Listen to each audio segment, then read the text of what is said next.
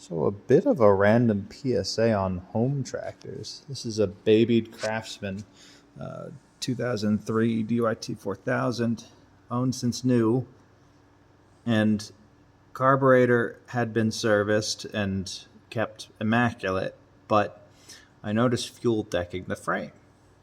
So what could it be? I thought, well, I guess I screwed up the gasket, between the bolt and the solenoid at some point in the past, whatever. So for context, I always thought that's what killed the tractor when you left the seat or didn't allow it to start. So there's a button here, right, connected through the seat to a wiring harness.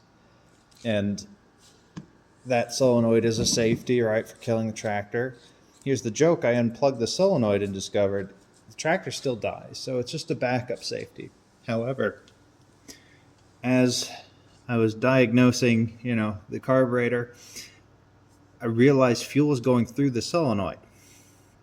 And what really got me going was when I was forced to stop because it starved fuel.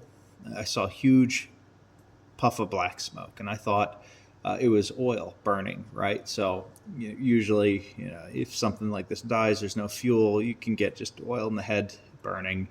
I thought that could have been it, but it was substantial. And when I was taking apart the carburetor, everything was sooted. I was kind of baffled. I have no idea how this failed, but when it failed, it started and luckily extinguished, probably because the compression of the engine, maybe back pressure or something, extinguished a fire that had immediately started when that solenoid started to leak. So absolutely baffled. But the joke is you can plug this full of epoxy like I've done and cut the wire and disconnected it but kept it grounded.